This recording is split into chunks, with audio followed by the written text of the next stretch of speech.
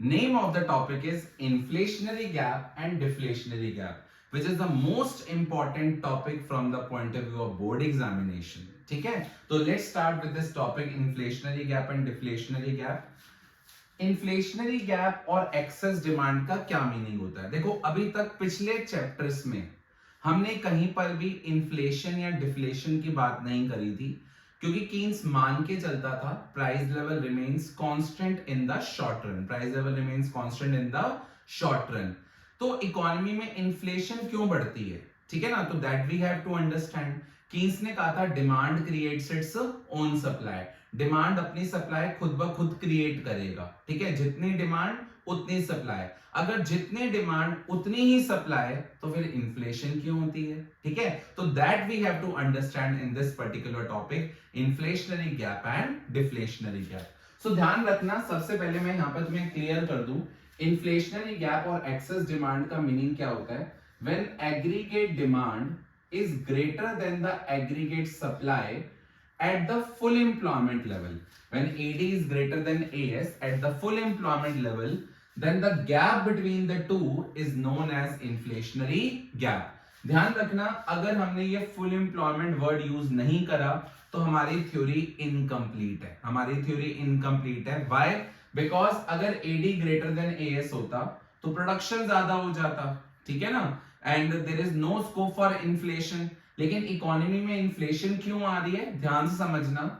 Aggregate demand ज्यादा है aggregate supply से, ठीक है, तो demand creates its own supply. अब प्रोड्यूसर प्रोडक्शन तो करना चाहता है लेकिन वो कर नहीं पाएगा बिकॉज इकोनॉमी में क्या आ चुकी है, full employment, and we can not go beyond the full employment. तो it will only results into higher prices in the economy, it will leads to create inflation in the economy. तो ध्यान रखना, when AD is greater than AS at the level of full employment, then the gap between the two is known as inflationary gap. अब देखो, इसको समझने के लिए हम एक काम करते हैं, डायग्रामेटिकली इसको प्रेजेंट करते हैं। तो जब हम इसको डायग्रामेटिकली प्रेजेंट करेंगे तो इनकम को कहां लिखेंगे हम, on the x axis, and AD हम कहां लिखेंगे, on the y axis. And to compare income with the AD, I will draw a line of 45 degree which is known as income line. तो income line कितने degree की है हमारी, 45 degree की है। अब ध्यान रखना, सबसे पहले हम यहाँ पर जब AD बनाएंगे तो अब हमें यहाँ पे दो AD बनाने हैं। The first AD is known as required AD। सबसे पहले हम कौन सा AD बनाएंगे, हम AD बना रहे हैं लेकिन कौन सा, रिक्वायर्ड। रिक्वायर्ड एडी का मतलब होता है full employment AD, full employment AD मतलब हमें कम से कम कितनी डिमांड चाहिए ताकि हमारी इकोनॉमी में क्या आ जाए, फुल एम्प्लॉयमेंट आ जाए। तो इस पॉइंट को मैं मेंशन कर रहा हूं, it is called EF point which is shows the full employment level in the economy, ठीक है, and at this particular full employment the economies income is OYF। ये पॉइंट हमारा फुल एम्प्लॉयमेंट इक्विलिब्रियम पॉइंट है, ठीक है। मतलब ध्यान से समझना, सबसे पहले मैंने क्या करा, सबसे पहले मैंने 45 डिग्री की लाइन क्रिएट करी which is called income line, और इसको AS भी कहते हैं। Then I have make a required AD, कि कम से कम मुझे इकोनॉमी में कितने डिमांड चाहिए कि इकोनॉमी में फुल एम्प्लॉयमेंट आ जाए।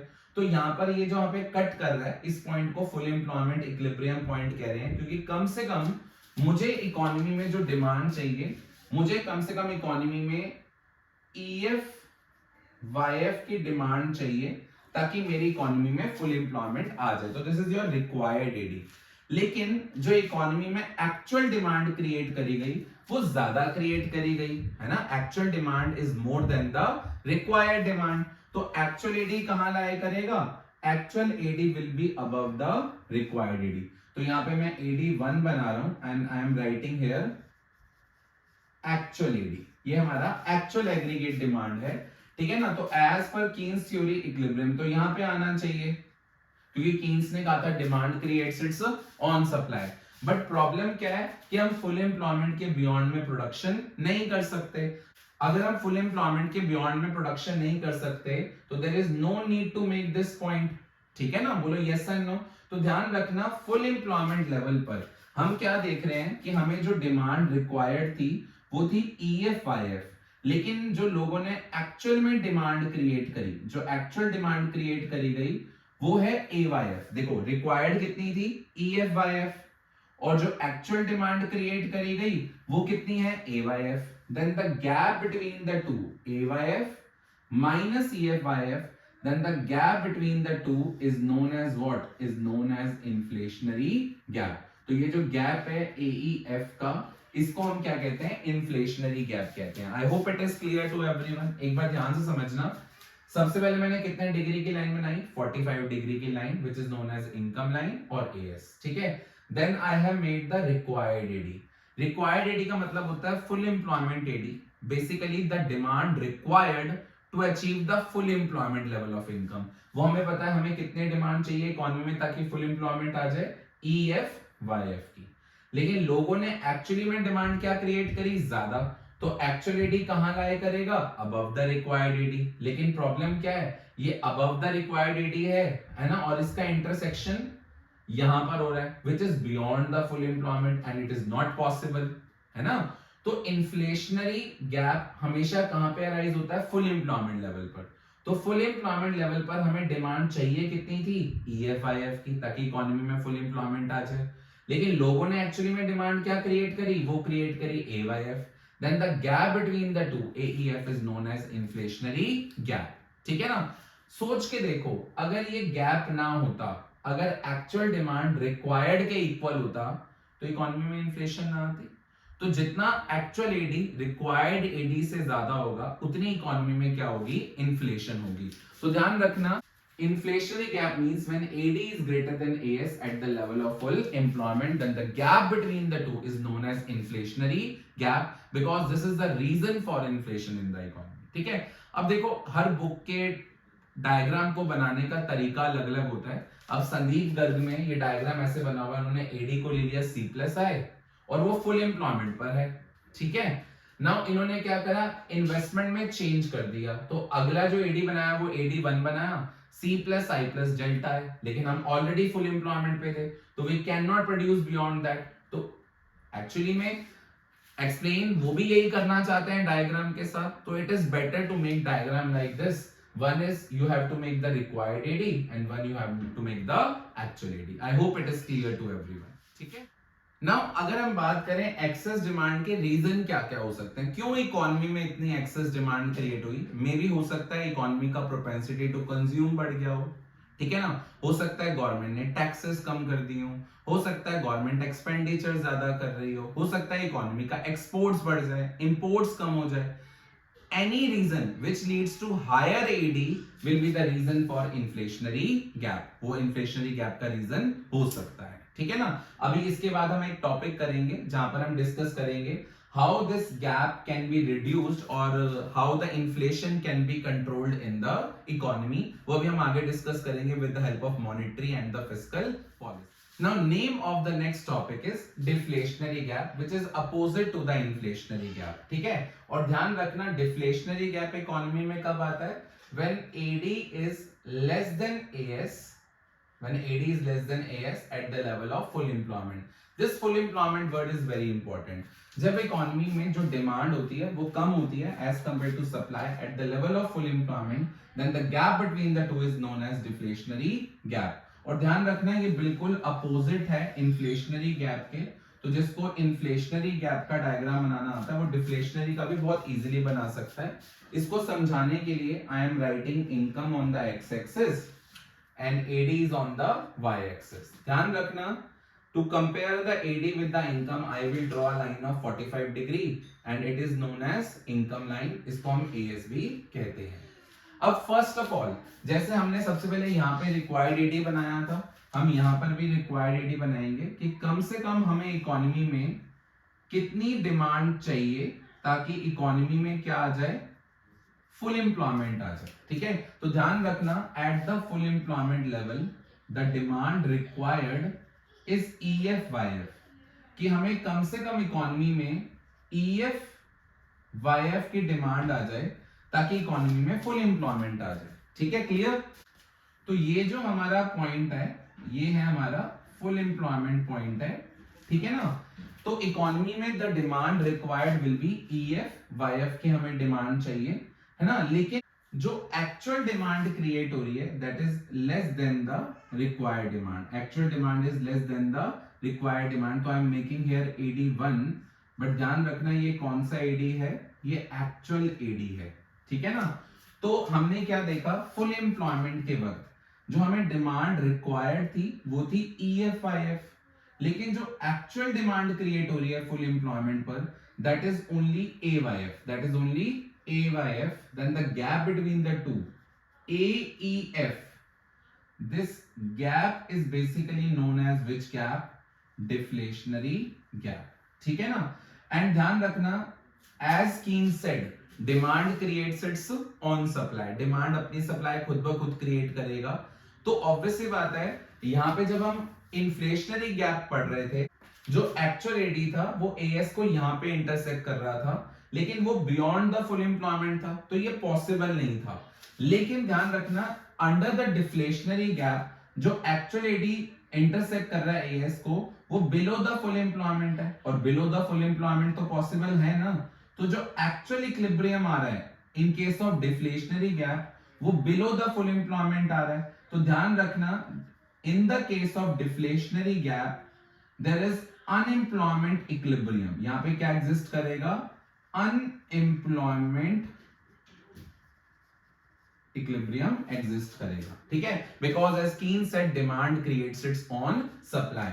बट ध्यान रखना जो इन्फ्लेशनरी और डिफ्लेशनरी गैप बनता है that is always at the full employment level, that is always at the full employment level. एक बार ध्यान से समझना, सबसे पहले हमने कितने डिग्री की लाइन क्रिएट करी, 45 डिग्री की। Then we first make the required AD कि हमें कम से कम कितने डिमांड चाहिए ताकि इकोनॉमी में फुल एम्प्लॉयमेंट आ जाए। तो the demand required is EF YF, ये हमें डिमांड चाहिए थी।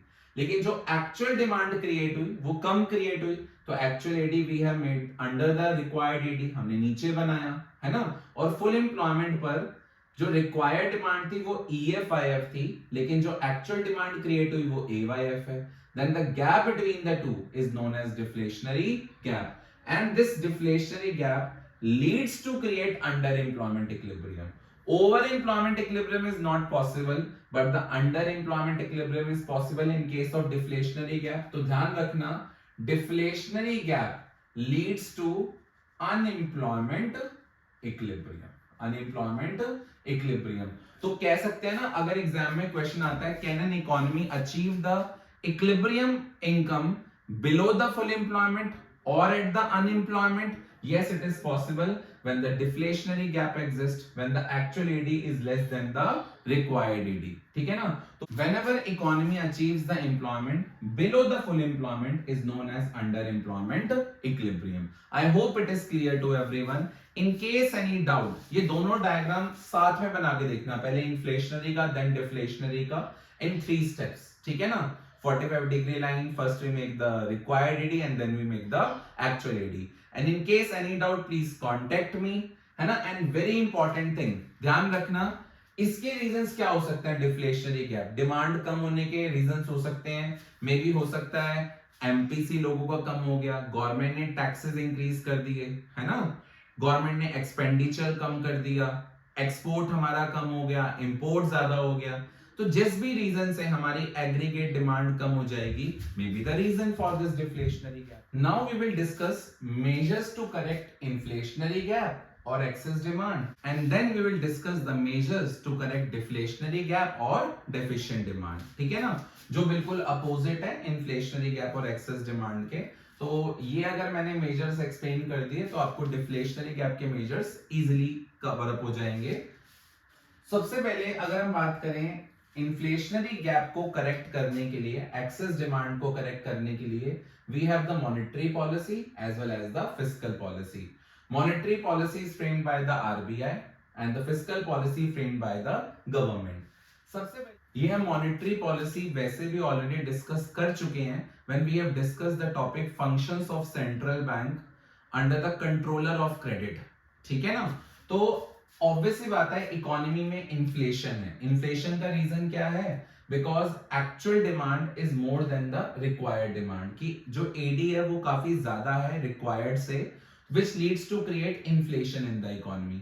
तो किसी तरीके से अगर हम डिमांड को कम कर दें, किसी तरीके से अगर एक्सेस डिमांड को कंट्रोल कर दिया जाए, एक्चुअल डिमांड को कम कर दिया जाए, तो इकोनॉमी में इन्फ्लेशन कंट्रोल हो जाएगी, है ना। और इसको हम कर सकते हैं with the help of monetary policy and the fiscal policy. तो मॉनेटरी पॉलिसी में आपको याद होगा हमने दो टाइप के इंस्ट्रूमेंट पढ़े थे, क्वांटिटेटिव एंड दूसरे we have discuss the qualitative. सबसे पहले क्वांटिटेटिव में हमने डिस्कस करा था रेपो रेट। क्या डिस्कस करा था? Repo rate. And repo rate is the rate at which commercial bank take loan from RBI. It is the rate at which commercial bank take loan from RBI. So during the excess demand क्या होगा? इस repo rate को increase कर दिया जाएगा, इस repo rate को increase कर दिया जाएगा। अगर रेपो रेट इंक्रीज कर दिया तो commercial bank will take less loan from RBI, और कमर्शियल बैंक अगर RBI से लोन कम लेगा तो कमर्शियल बैंक के पास मनी की सप्लाई कम हो जाएगी, है ना, which in turn leads to higher rate of interest, consumer consumption कम करेगा और business invest कम करेगा, which leads to fall in aggregate demand। तो जो actual AD ज्यादा था वो कम हो जाएगा because economy में money supply को control कर दिया गया by the RBI।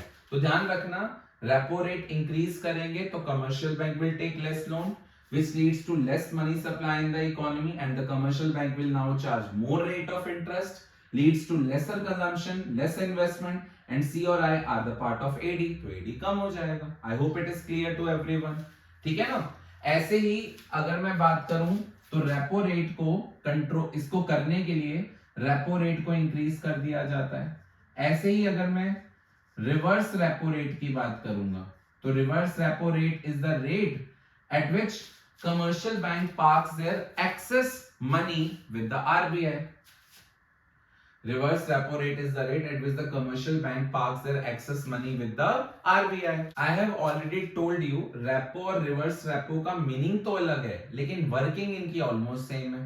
तो during the excess demand reverse repo rate को भी बढ़ा दिया जाएगा। रिवर्स रेपो रेट को बढ़ाने से क्या होगा? अगर रिवर्स रेपो रेट अगर इंक्रीज कर दिया तो commercial bank parks more surplus money with the RBI, है ना।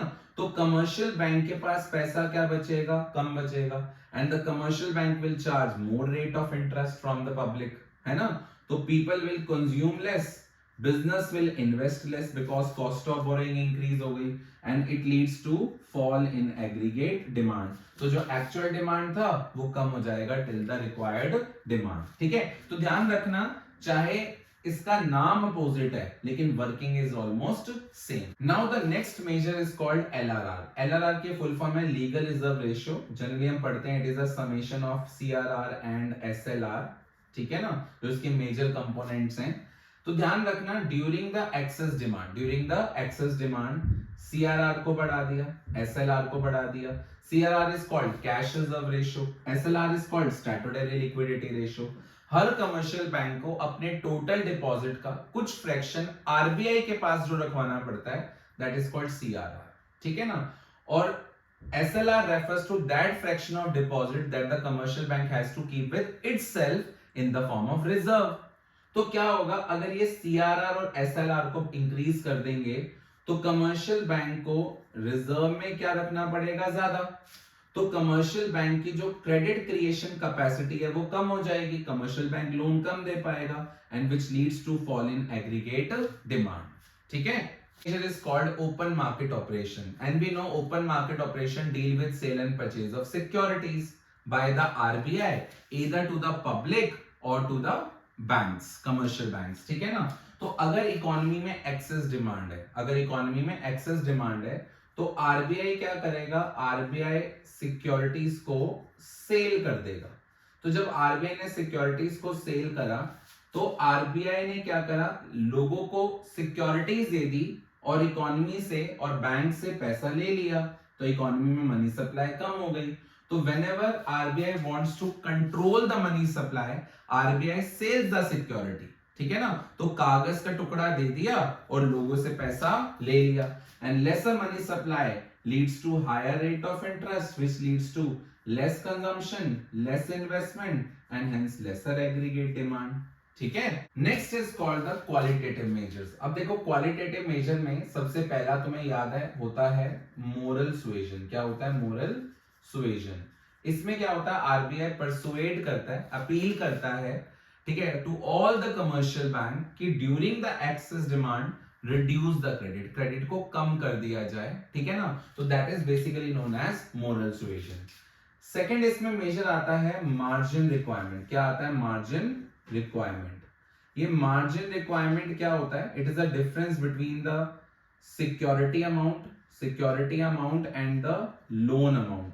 उन दोनों के बीच का मार्जिन होता है ना, that is basically known as margin requirement during the excess demand.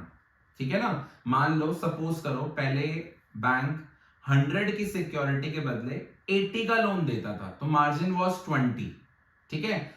Now अगर मार्जिन को इंक्रीज कर दिया जाए, 20 से 30 कर दिया जाए, now out of the security of 100 commercial bank will give the loan of only 70, क्योंकि मार्जिन को बढ़ाकर 20 से कितना कर दिया? 30।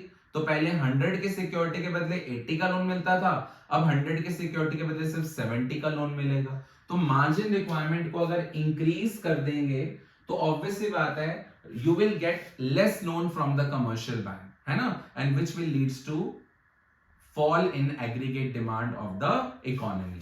एंड थर्ड, इसी में हम क्वालिटेटिव में करते हैं सिलेक्टिव क्रेडिट कंट्रोल। क्या करते हैं? Selective credit control. मतलब आरबीआई क्या करेगा?